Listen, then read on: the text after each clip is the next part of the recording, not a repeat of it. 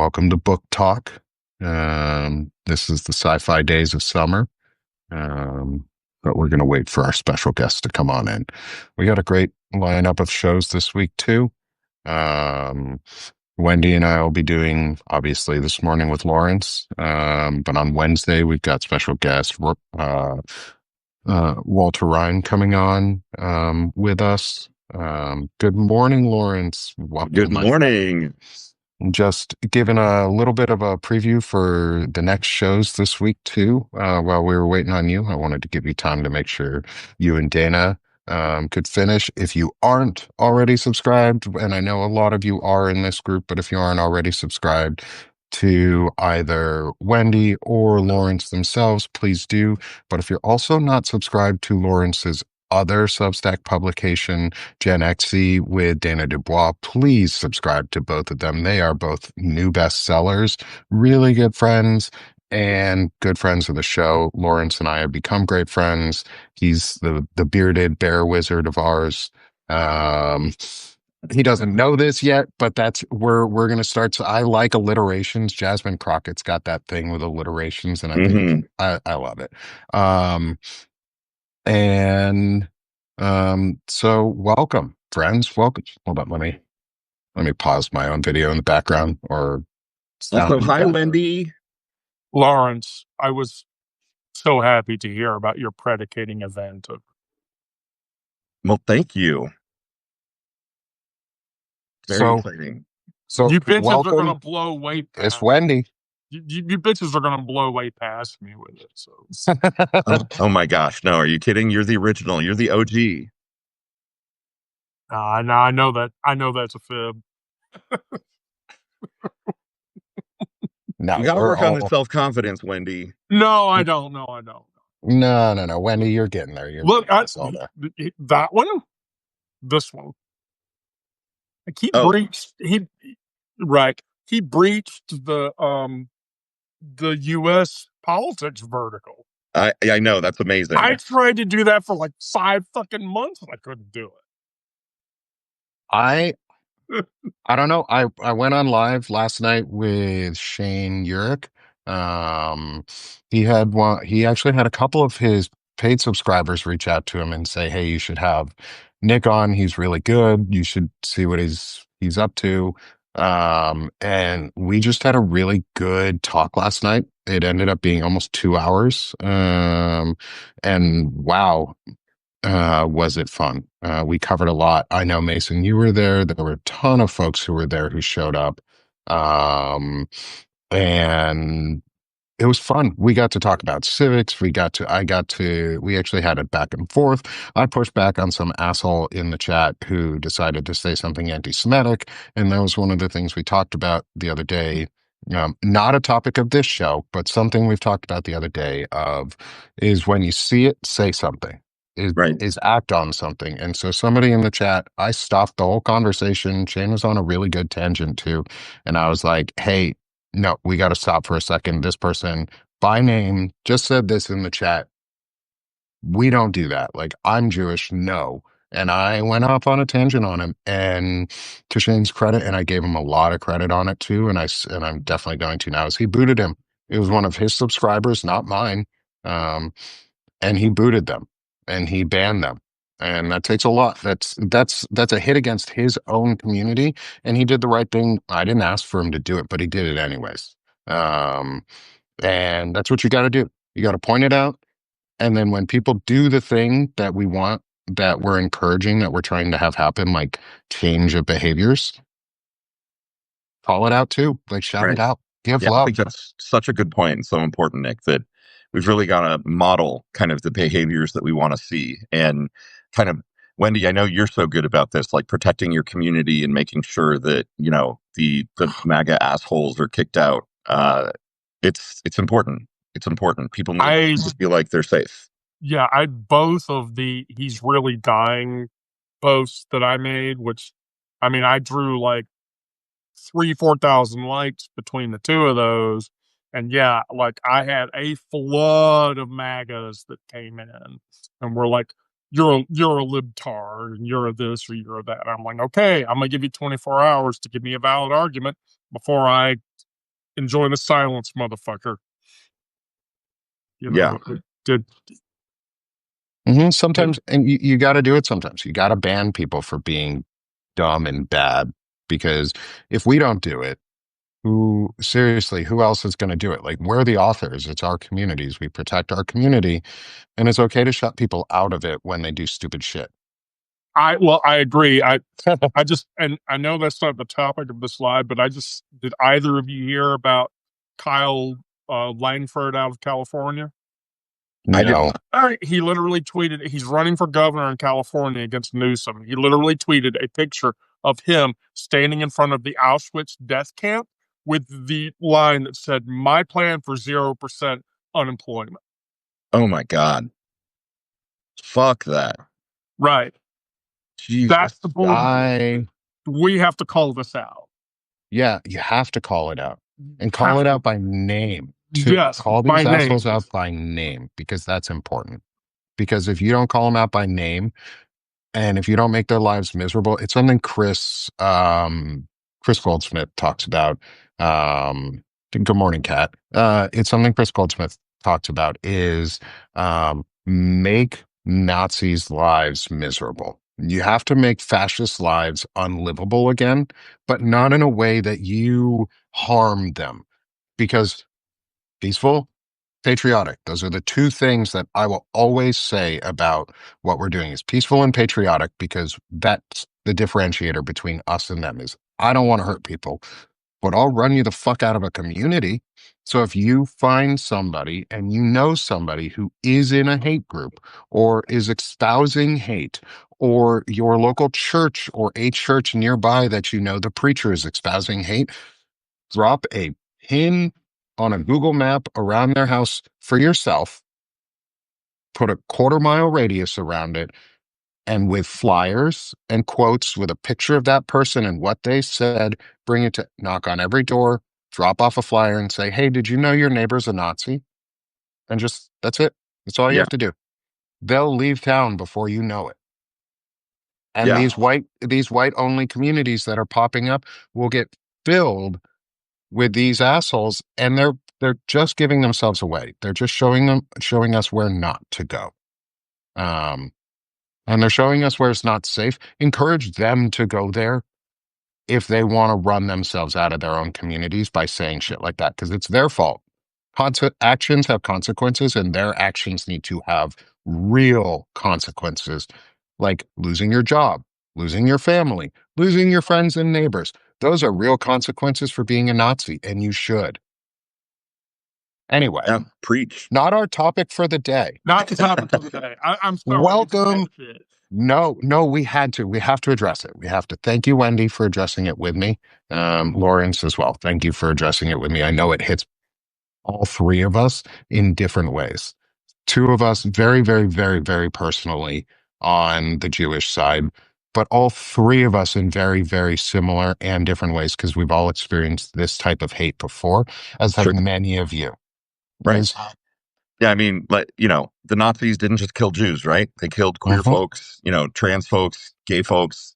So all of us, would have a variety, I've got a yellow star and a pink triangle and a green clover and a purple moon or whatever, like I'm the full Lucky Charms box of Nazi kill list.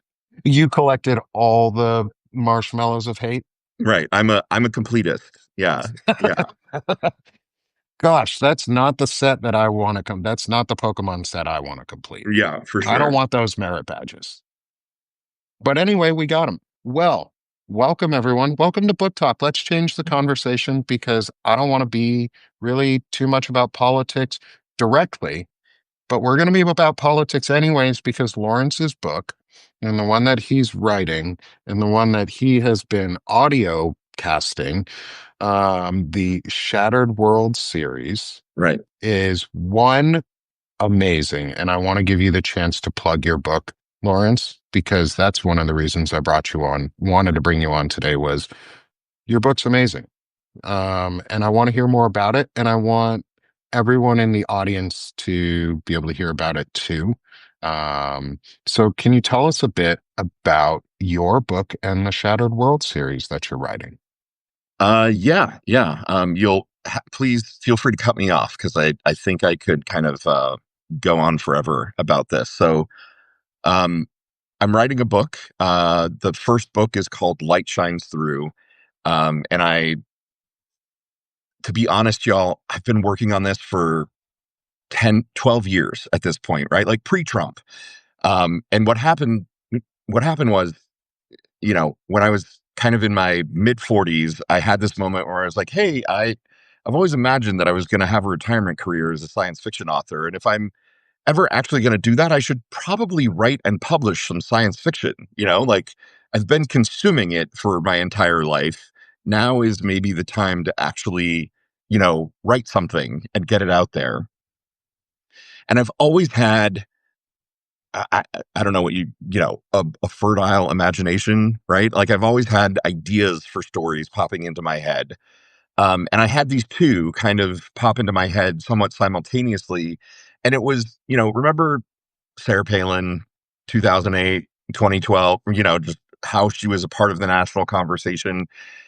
Hmm. Well, I had this idea for a story about somebody Palin like running for president and winning and then refusing to leave office, right? Like basically canceling the 22nd Amendment. And this is all pre Trump. And how that might be sort of the start of a second civil war. And simultaneous to that, I had this other idea in my head of I've always loved portal stories, right? Like, regardless of whether it's a magic portal or a scientific portal, or alien portal or Stargate or whatever, kind of the idea of being able to walk from one place to another or quickly go from one place to another is fascinating to me. And so I kind of had this idea of what would it be like if we just invented portal tech, right? Like we didn't discover it from aliens, or it wasn't magic. It was literally just like material science and quantum engineering, or and humans actually invented portals. um and I kind of realized, oh my gosh, maybe those two stories are part of a bigger story. And the moment I thought that, everything clicked into place, and I just sort of got this download of this entire series. Really, I mean, in my head, it's a trilogy of trilogies. And so um, the I've been writing it really, literally for about 12 years at this point. Um, and I don't know if how much people know about traditional publishing, but TradPub is hard, right? Like you send out letters of interest, you kind of wait a year maybe to hear from somebody. If they say yes, which is an infinitesimally small possibility, then you're waiting another year to actually get your book published. And I didn't want to wait anymore. I didn't, for the last 12 years felt like I'm racing current events as I write this story. And so in terms of origin, that's where the idea came from. The book is set in 2041. It's years after the Second Civil War, which happened as a result of a horrible 2024 election. And you know, um, the Second Civil War ended on North America. There are now, well, if you include like Hawaii and Central America and Greenland, there are 14 nations that constitute North America, and that all hate each other, right? That have gone in different directions. So there's the Free Republic of Cascadia, that is, kind of a liberal quasi paradise, or at least they're trying really hard. There's California, the new California Republic, that sort of goes full tech bro industrialist. There's the new Confederacy of the new Confederate States of America, which um, is as bad as the old one. And all of these countries are warring against each other, and they've all kind of struggled through the last 20 years of the Greater Depression, right? Because Hmm. if you think about it, the United States falling apart would absolutely crash the global economy. You're giving So me Man in the High Castle vibes. I just have to tell you. it So, think, so so I did. thinking about that, can I ask a question before you go any further? Oh, Not to please, cut you yeah, off. no, please stop me and ask questions. So before we go too far astray into it, so it's we got to a really interesting point right there. the U.S. fracturing, and how that might affect the global economy. Um, now that things are sort of paralleling what you have been writing and had been writing about, how do you see the differences or some similarities between what you've written about and where maybe they've diverged in your story, and how that is okay? Because books parallel life, art parallels life. But what do you think of the interactions between your writing and now what's going on in the world? Uh, in some sense, that's an easy question, and in other ways, it's really complex. Like it scares the shit out of me, right? Like I. It's not like I want credit for being Cassandra, but there is a piece of me that looks at what I've written and the world that I've created and things that I considered fanciful, right? So in just kind of the backstory of the world that I've created, there's this idea that in 2024, a president is running for a third term, and he does that based on the idea that um, the right wing decides through the Supreme Court that they can nullify the 22nd Amendment, and this is just a little piece of information in the backstory of my world. And when I was writing it, I kind of imagined this scenario where they'd be like, oh, oh, we're not so sure about the 22nd Amendment, term limits. What would happen if state legislatures voted on a resolution that said, actually, in retrospect, we're uncertifying our vote on the 22nd Amendment, right? And if enough states did that, imagine the right wing taking it to the Supreme Court and saying, you know, well, this has never happened before in history, but these states uncertified their vote for the 22nd. And in my story, it seemed far fetched and implausible. And now, could I imagine the right wing trying to make a plausible case that the 22nd Amendment was wrongly decided and that they're retroactively uncertifying their votes? And it goes to the Supreme Court. The Supreme Court says, yeah, this is cool. We'll allow it. I absolutely could see that happening, right? I want to point out, I don't necessarily see that as implausible. Heinlein didn't see it implausible in 53 when he wrote Revolt in 2100. Right. And that was they suspend the Constitution and then theocratic rule takes over completely the entirety of the United States. Right. Right. Yeah. Again, like my point is there's things that I wrote into the story where I was like, well, this is my story. I can write these wacky ideas. And even if people yell at me, I feel like I've got a leg to stand on here. And now I just feel like I'm sort of predicting the future. And that's terrifying in a way. Um, So, a follow-on question, and one that actually we got in the chat from our friend Melissa Corrigan. If you're not a subscriber of hers, please do as well. She writes some incredible stuff, and she's a friend of the show, friend of both of Lawrence's show as well, and has been around. She's actually the reason I'm bumped into Lawrence and Dana, Yay, because she was a Melissa. guest. She was a guest on their show, and I saw it, and I just happened to click on the link, and I was like, "Oh, I follow her. She's got good stuff to say," and I found a community. So just go click on random lives that you like of people that you follow. Like you may find something super awesome that you didn't even know. That's how My I met Wendy, right, Wendy? That first night. Look, people met me because I randomly drag people into my lives as a co-host, and they said, "Yeah." Literally Wendy's like, "You in now?" the first 1 second I joined her show, I was like, Me oh, too. she wrote that amazing queer history article. I want to watch her. So I clicked the button, and within 1 second, I got this pop-up invitation. I was like, what the actual fuck is happening? And I turned it down. And then she re-invited me, and I joined with my hair looking all crazy, and she literally laughed in my face. That is my first Wendy moment. That's how you know you met Wendy, Right. is if she laughs at you. Um, but Yeah. Point at um, Wendy. She's going to pull you on screen and embarrass you within 1 second of you joining her live. Uh, but getting back to what I wanted to get to was Melissa's question. So I'm going to read it word for word for you, because I think it's a great question too, and it sort of parallels what I had asked just before. Is Lawrence, have you had to change details of your book because some things have actually happened in real life? I'm writing dystopian fiction and having this problem. So as an author, what are your thoughts on that? Yeah, actually, I have. I mean, there are a couple of smaller things that I've had to change, but mostly it's given me permission to expand the scope of what I have been writing because um, I think that there are things that I had originally ruled out as too implausible that now I'm like, oh yeah, no, that I can I can do this. Like I have free reign in this world. So for example, originally I was really reluctant to have the new Confederate States of America go on to be a full-on slave country, right? Like where they enslave people.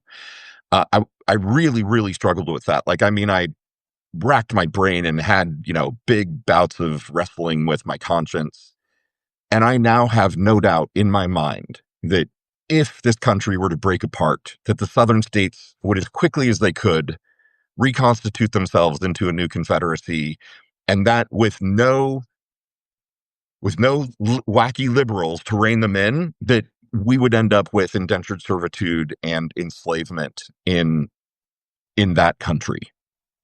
And so they're absolutely I mean, so one of the things I've tried really hard to do, I have a character, a young gay man growing up in the new confederacy, and his story arc is kind of becoming an anti-patriot, right? Like realizing that he lives in the wrong country and that he hates everything about the Confederacy. If the people around him would use the N-word, I know they would. And I really don't want to write a scene in which the characters are using the N-word. It would be authentic to the story, but I personally really struggle, as a white cis gay man, writing this, like, could I use the word fag in the story? No problem. Like I can say that. But I don't feel the same way about other words, even as I kind of recognize that those words would absolutely exist in the conversation of that country. Yeah. Kind of a sort of answer to your question, right? But Yeah, no, that's great. I was Wendy, chime in if you've got any questions too.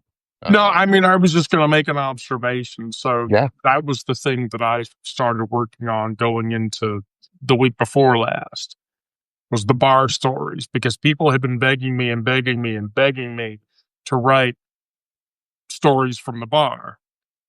And so I spent a week and I did it.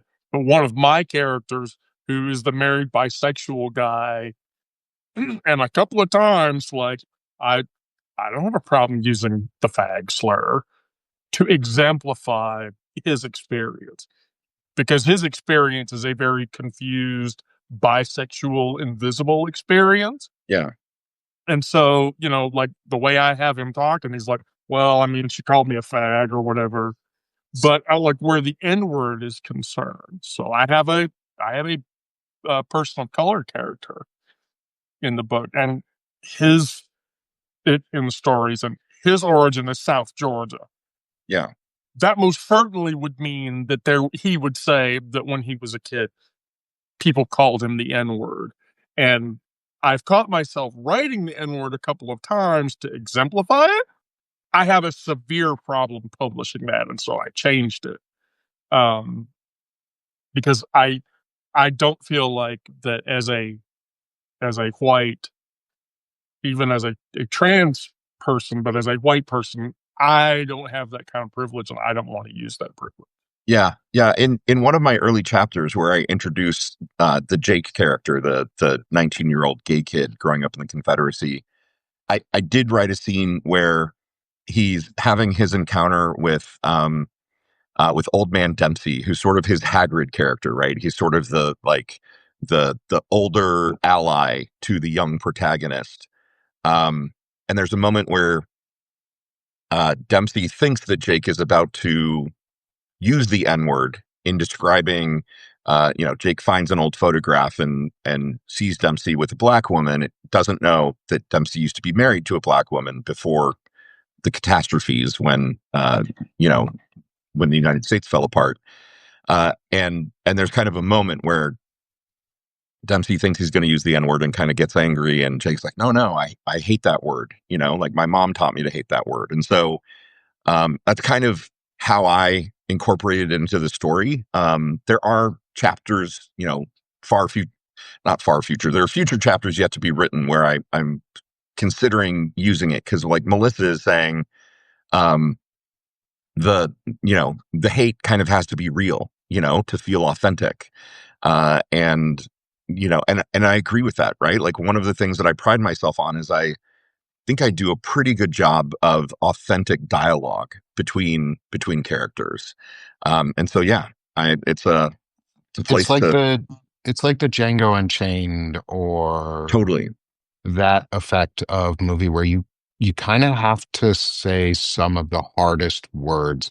It's like I'm not going to say it on here, but it's like if somebody was to write a parable about the Nazis and being Jewish, you're going to hear a word that starts with a K right, in that writing, and it's not a word you ever hear people use nowadays, right, like very often, or in any sort of polite company of any sort, but it's a word they used and it's a word that has meaning, and words have meaning. And when we use the right ones, they have a lot of meaning. right. So, lead to my next question, since you sort of opened the door on it a little bit with chapters unwritten up to this point, are you going to let yourself be influenced? As an author, obviously you are, we all are, but are you going to let yourself be more influenced and more comfortable using maybe some of the more less palatable words that we have gotten rid of in our society? Things like what was said in the chat was colored or Negro or things along those lines. Those are not words you hear people say very often Right. because we've pushed them out of polite society and in good reason, but they also have a lot of power as an author. And I'm saying those words not as someone who believes in them or uses them in any way, but you have to be able to use that in your writings. It's like writing about Epstein. I don't want to write about pedophilia, but here I am. I'm lucky I get to wrap it in poetic verse. You guys have to write it a little more straightforward than I do. So, getting back to my question is, do you think you'll let this more heavily influence you now that we're sort of living in the pre-prologue to your story? Yeah, I definitely yes, I do. I think, as I move forward, I'm going to be editing with an eye towards that. So I've got the first book 95% written, right? And I'm serializing it one chapter a week, and so that gives me runway where I've got a lot of content sort of preloaded, but I'm editing sort of with an eye towards um, how to kind of expand the story and fill it up so that it addresses the modern time and like the moments that we're living in right now in reality. And but it also gives me space to write new chapters and to and to edit existing chapters in a way that maybe is even more authentic now that I've gotten more comfortable with this idea of like, yeah, I should use the words like colored or Negro or even the N word to kind of give the world that that verisimilitude that we're looking for. Yeah. Um, Thanks for sharing that. God, this is a really interesting way to get to dissect a book. Um, Thank you for discussing it with us on this. I guess my next question is, do you think, seeing that we're living in some of this sort of preamble to your prelogue and or prologue and some of the other stuff, do you think, and because you and I talk a lot about civically minded actions and we've been discussing a lot on civics and what we can do as people now, do you think there's something we could be doing to help prevent your story from coming to fruition? Because that's every author's fear, is a dystopian nightmare coming to life. Yeah, I mean, I will tell you the truth. So I'm a science fiction author. I think everything that I write is only ever going to be science fiction, maybe some fantasy, maybe a smidge of memoir, but basically I'm a science fiction author. And I had this weird realization, I don't know, 7 or 8 years ago, that I am writing what I don't want to happen, right? Like, I'm, I mean, yes, I want the portal tech to happen, but the idea of a second civil war and the global economy crashing and, the limited use of nukes during kind of this global confusion and horrible, like, I don't want any of that to happen. I'm terrified that it will happen. Um, and there's a short story that I'm really proud of called "I Love You, Dieter Murphy." That's a time travel story, and it's somebody traveling from a very dystopian authoritarian regime in the future. And I don't want that to happen.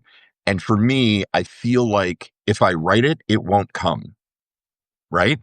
Like I have this, not jinx, almost a superstition of, if I can write the worst case scenario, that's one thing that the universe isn't going to deliver. And and so asking about what we can do to prevent it, I mean, I think, Nick, this is no surprise to you. We've been in massive conversation, and I know Wendy's in conversation. Many of us here on Substack are, about how can we connect authentically as Americans.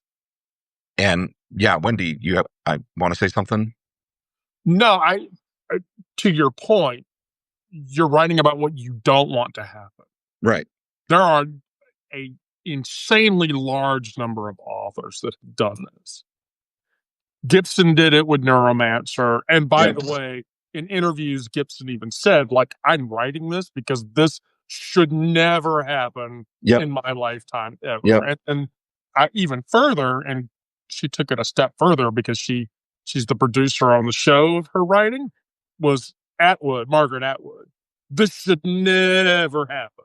Absolutely. And there is a draw to read about things that people don't want to have happen. Yeah. Because then it encourages people not to behave that way. Yeah. Margaret Atwood has been a huge influence on me and on this novel series in particular.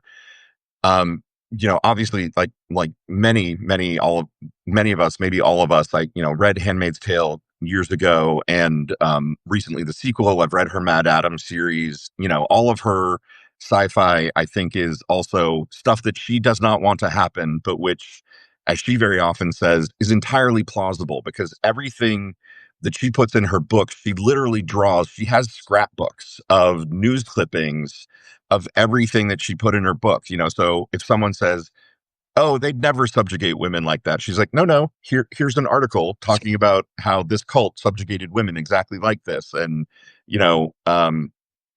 so yeah, I in ideating my book and in writing it, I really used her as a touchstone of, like, I am just extrapolating from current events and kind of imagining worst case scenarios. And if all these worst case scenarios happened at the same time, this is what I think would happen. This is what the world would look like.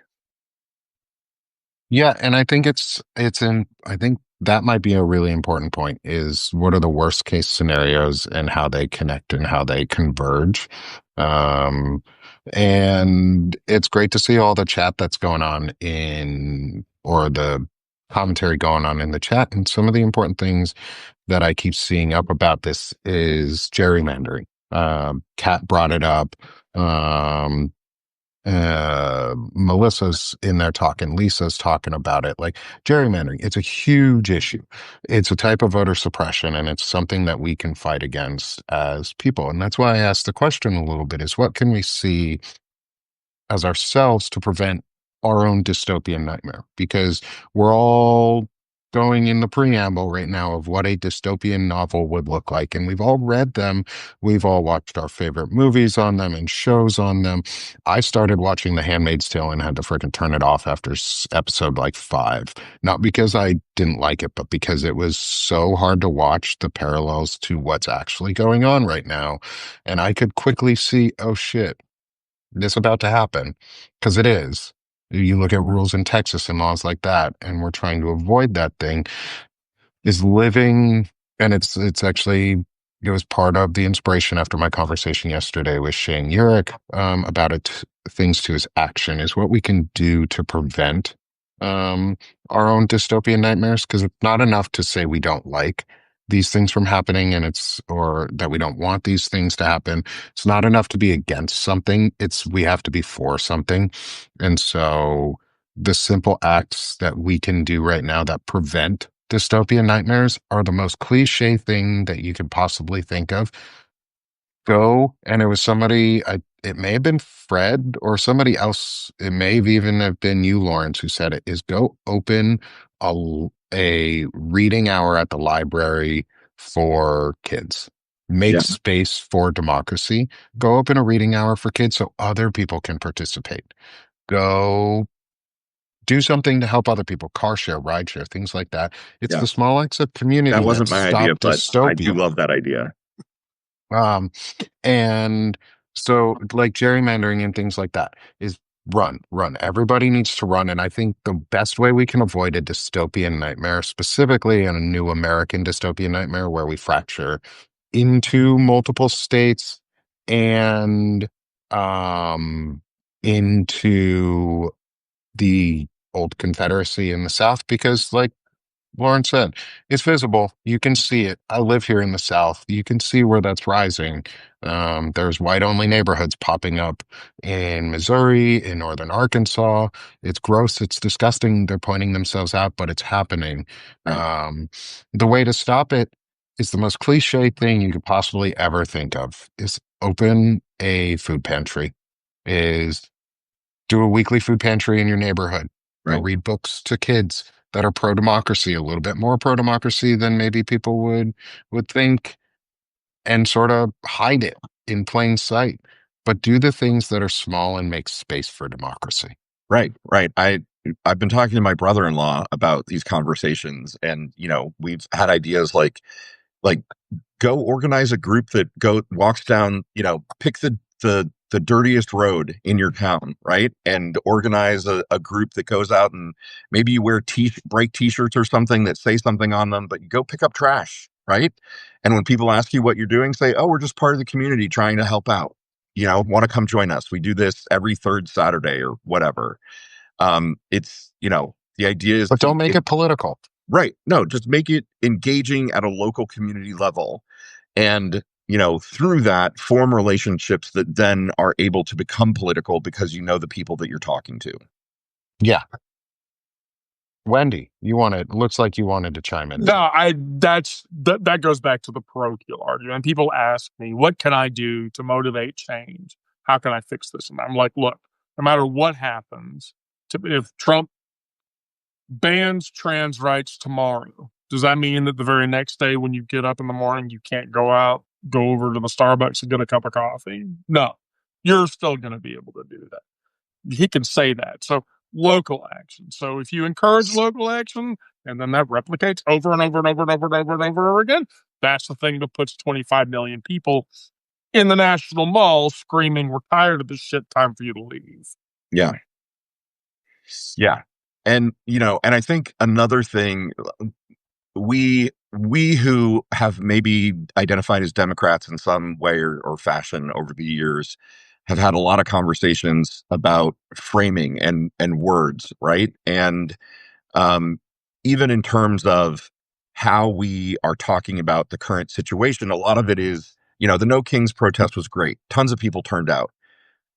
And we need to make it not about Trump anymore. We need to make it about how Congress, the, first among equals branch of government, actually has abdicated all of its responsibilities in terms of keeping the executive in check And we really need to have a conversation about how Congress needs to do its fucking job and have a conversation about the Constitution, about what Congress's role is in Article 1.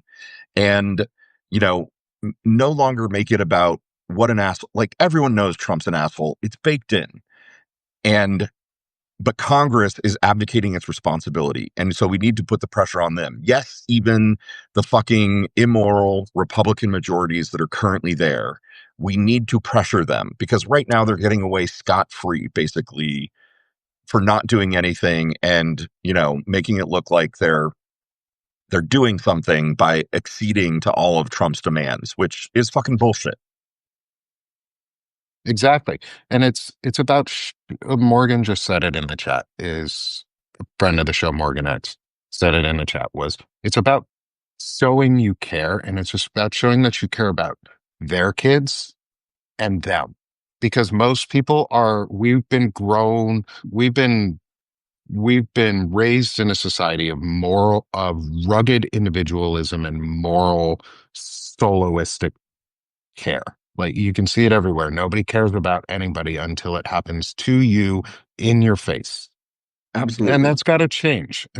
And part of being a country and part of being a democracy and part of not letting ourselves get into a dystopian nightmare such as fracturing into the New South and Cascadia. And I want to talk to you about Cascadia because I used to live in that region and I've always loved Cascadia. And that was such a fun concept of ours. During COVID, we were always like, can we please just break away? Can we please just become Cascadia and just say, fuck everybody else? We've got the economy for it. We're good. We'll secede first. Everybody else can enjoy themselves. We got California. Right. Like we're good up here.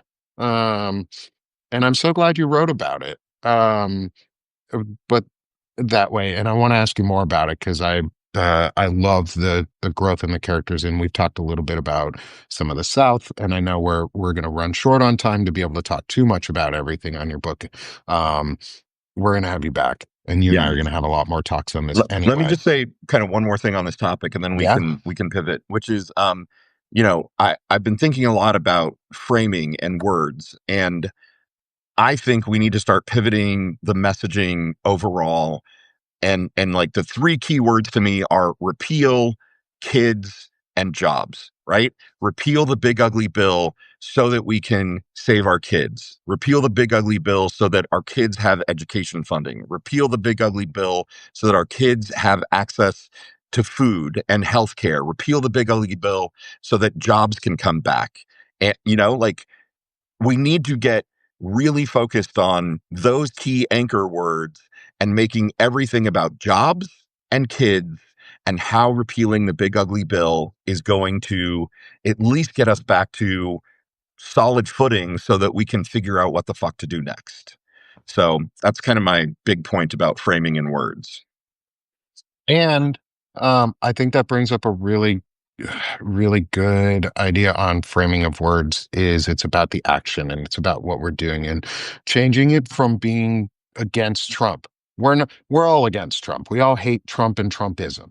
We hate Right. Nazism in this group. And we can collectively, as Americans, say, America does not like Nazis.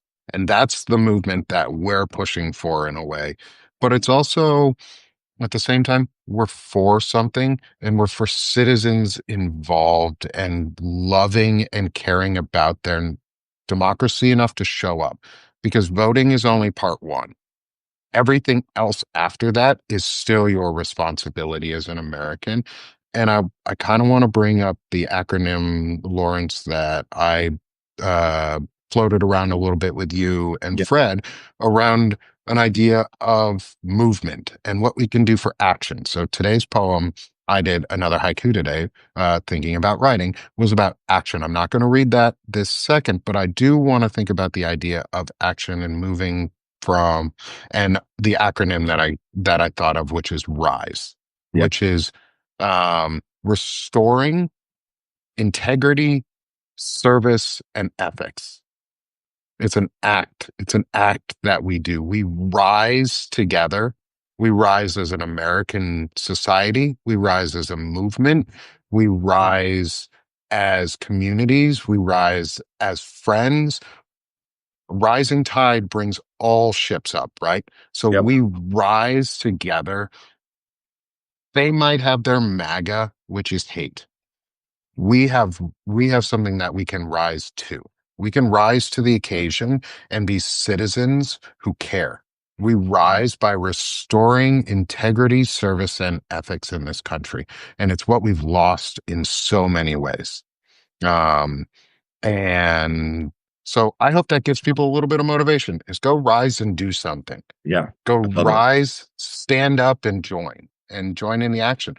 And so thinking on this, what gave rise to the idea of Cascadia for you? And why did you give your geographic regions the areas in America that you did? Plus, why did you focus in on Brazil? Ooh. Okay. Well, there's lots there. This is probably this could This take is up a the rest of the complex That's show. a big question. question. Let's do part one. Why did you choose the geographic regions and breakdowns you did for America? Yeah, well, let me focus on Cascadia. So I'm currently in Indiana. I was born here. My family lives here, but for the last 30 years, I lived in Seattle. And Cascadia as a bioregion is is really important to me. Like I love that part of the country, and like you know, kind of have long felt sort of, oh God, we just need to break away and be our own country. Like it'll be a weird little country, but we'll get a lot of shit done, and we've got a lot of great ideas, um and so there's this idea that the Cascadia watershed. I ended up making Cascadia in the book basically the entire Cascadia watershed, which is an enormous piece of territory because it includes like all of British Columbia, the Alaska Panhandle, all the way out into Montana and Idaho, and down. You know, in some cases, people put it into Northern California. In my world, I broke Cascadia and California apart because I wanted there to be some West Coast division, and also I kind of think that's true. I think that if it came down to it, um, California would be like, "Oh, we're the big boss, daddy pants in charge here," and Cascadia would be like, "Yeah, no, that doesn't work for us. Fuck you guys. We're gonna do our own thing." Um, and I know it's implausible. I suppose there's that word again, that Cascadia could actually, in a war, subjugate or conquer Eastern Washington and Oregon and Idaho and parts of Montana. But I thought, you know what, fuck it. I'm the author. I'm writing this world. I'm going to create a set of circumstances in which Cascadia is actually surprisingly more muscular than you would think, and outmaneuvers. Like in a war, a lot of it comes down to just tactical battlefield advantage and the innovation of strategy that the commanders are using. And so I thought, you know what, I'm going to create this character, Sharon Walker Nielsen, who's this black lesbian married to a white lady who is a social worker and a lawyer who kind of accidentally, through a weird series of events and quirks, ends up becoming like an accidental general in the Second Civil War. And through her leadership and the leadership of others, wins several key battles that essentially take over big parts of Idaho and Montana. And then the new country, the Free Republic of Cascadia, trade some of that land away for peace in the Jackson Hole Accords, which is the big peace accords in my world. And so the end result is that Cascadia is basically the total Cascadian watershed. And then there are a series of other events that happen, mass migration, like the New Trail of Tears, people, black people and Latino people and liberals fleeing Heartland Republic and Texas and the Confederacy. I also split Texas and the Confederacy apart because, again, I think they wouldn't actually play well together in reality. But these people flee, right? And they have to go someplace, and a lot of them end up in Cascadia. So it changes the demographics of the country, and it changes, the character of the country in good ways, right? Because it makes it a more multicultural and diverse place than Cascadia really currently is. I'll pause That's there cool. for a I moment. like it. Yeah, I like it. And I actually want to give you props because you unintentionally or intentionally made Cascadia a power on the military side. And as a veteran who spent part actually all of my service time at Joint Base Lewis McChord in Washington in the Seattle Tacoma region, there is a very vibrant and lively veteran community. One of the largest veteran communities in the country happens to be in the Tacoma region of Washington. And they also happen to be rather progressive for most of them, because you live in Washington, you have great things. There's reasons to be a progressive in Washington Yeah. because most progressives in Washington actually care about what you're doing. I'll leave Seattle out of that. Some of them are a little nuts in Seattle, even for me. But I lived in that area for 10 years, and it's it would be a surprisingly wonderful thing to see how awesome they would be in something like that. Not something I'd ever advocate for. Please don't secede anymore. Like I don't like that idea. Right. Um, but I do love that you gave them a power that others might not have. They would have been like, oh, Cascadia, Seattle, liberal, bunch of pussies with no Right. guns, and Right. No, and as in you fact know, they're not. there is a lot of military strength, between Joint Base Lewis McChord, the naval base at Bremerton. There's It's one of the manufacturing. largest ports in the country. Right, right. Like you've got all the Boeing manufacturing facilities. If they were gonna, spin up a massive drone building effort, they've got all the materials and facilities there. So this is a tiny little quirk that I don't know if I ever say it outright in the backstory, but part of the reason this all works is because in my characters in my world, the commander of Joint Base Lewis McChord just happens to be the brother of the woman who's married to Sharon Walker Nielsen. So Sharon's wife, So she just happens to know right? She just the happens person to she intimately meets. know the commander at Joint Base Lewis McChord, and kind of in that, in the moment of the war breaking out, and South Carolina is the first to secede again, and and they all kind of see what's happening. And they're like, oh fuck, no, we're not doing like, they think they're preserving America, right? Like they think they're the ones who are Mhm. preserving what the United States is really supposed to be about, which is a liberal, multicultural democracy where people are empowered to live their best lives. Exactly. Yeah, I love it. I love that theme. Um, and I don't want to get too more in depth because we only got a couple more minutes before the top of the hour, and I know we all want to respect everybody's time. We could go on for hours and hours and hours and probably talk on this, but we all got stuff we got to do at some point today. Sure. Um, I want to give Lauren some time to plug himself, Wendy, plug yourself. I also want to end, like we've talked a lot about here too, is our collective call to action in all of this is how do we avoid going into a dystopian nightmare of America and falling into new Confederacy territory or Cascadia or California breaking off on its own or Texas on its own, things like that. Because I absolutely agree. Like California isn't gonna join with Cascadia if that were to ever happen because they're the fourth largest economy in the world. Right. They don't need us. And they're proving to America as a state that America needs California, not the other way around. And that's part of being a union and a republic is the states need each other and we need to stop hating each other because we're all supposed to be cousins and brothers and sisters and others to each other. Well, let's be that. So I want to do my poem on from today because I love reading my poetry live. I've found it's really fun to do. I was so nervous to do it the first time, and Oh my now gosh. I'm not Yeah, at it's all. great. Should always Um, read it, Nick.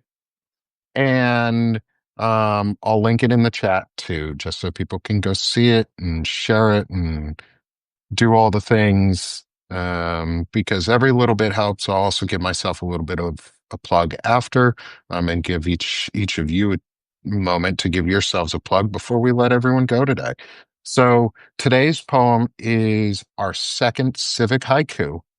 Yesterday's haiku was foundations, about the foundation of democracy and the tree of liberty being a sapling which we must tend to like a garden.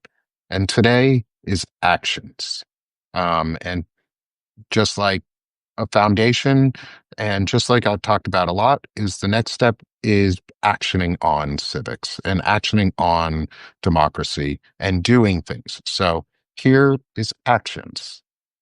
Civics is action. Clear her roots, guide our new growth. Care reaps yields unknown. Mm. So I'm talking to you. That's actually quite beautiful. Yes. Thank you. So remember the care that we give our democracy and that we give each other and our communities, especially our local communities. And I talked with Shane Urick a little bit about this because I had to push back on him on a point where he said about the Midas touches being too aggressive on certain issues and not focusing on things that we might need them to, like Peter Thiel and things outside of Trump being bad and Epstein. But I gave him the idea that it's an umbrella. Midas touches the umbrella over all of us.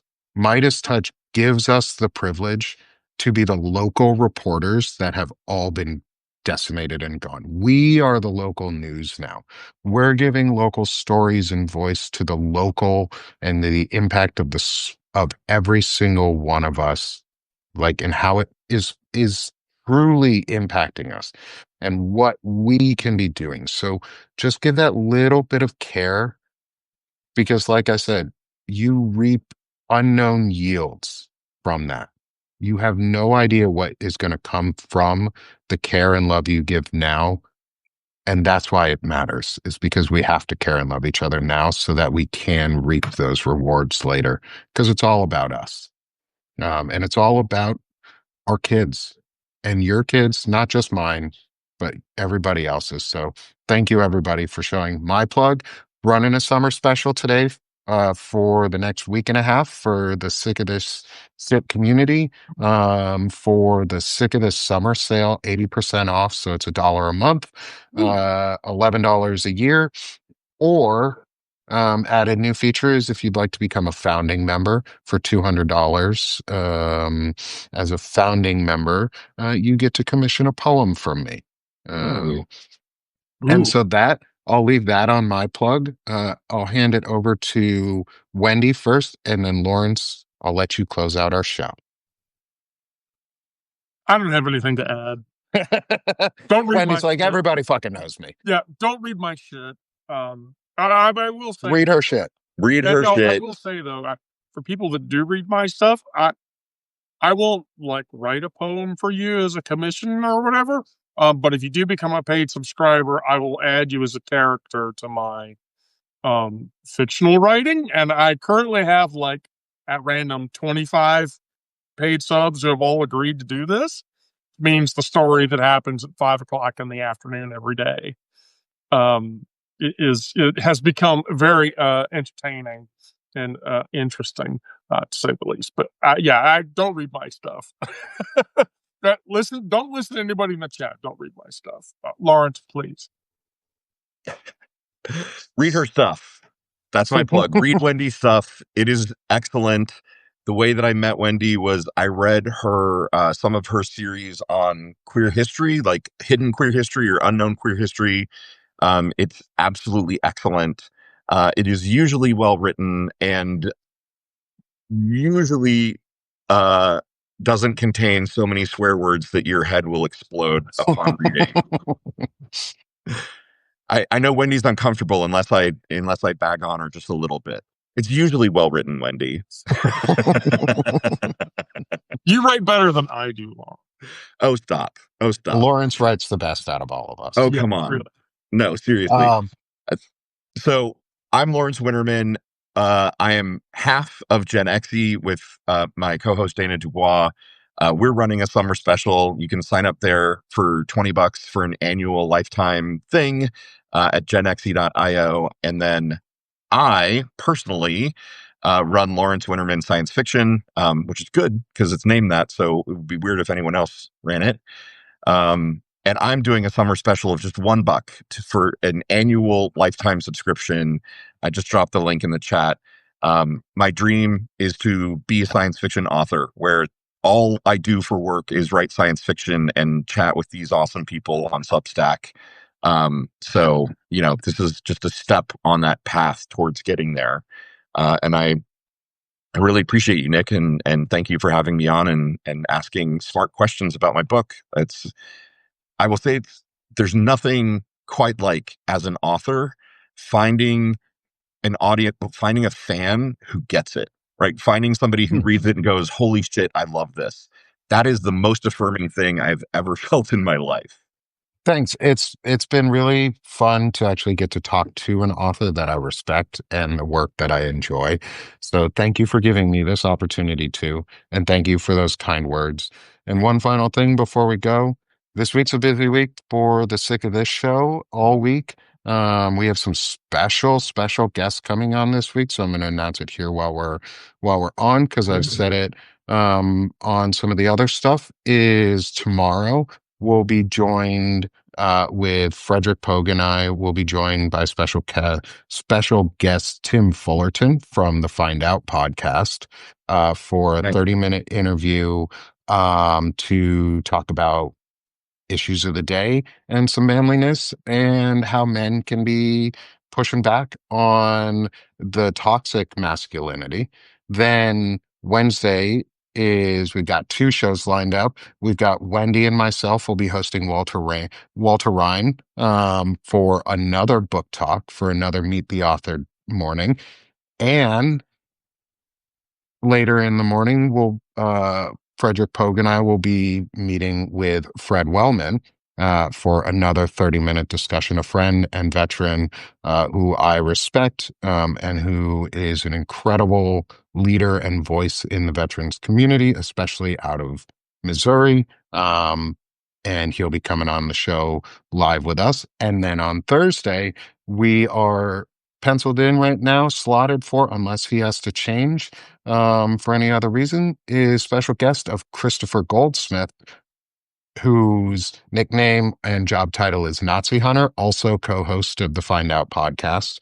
And then Friday is Frederick Pogue, Lawrence Winnerman, and myself with the Wizards Council and the Beard Talk to end the week. And the Bearded Brothers coming out to end your week.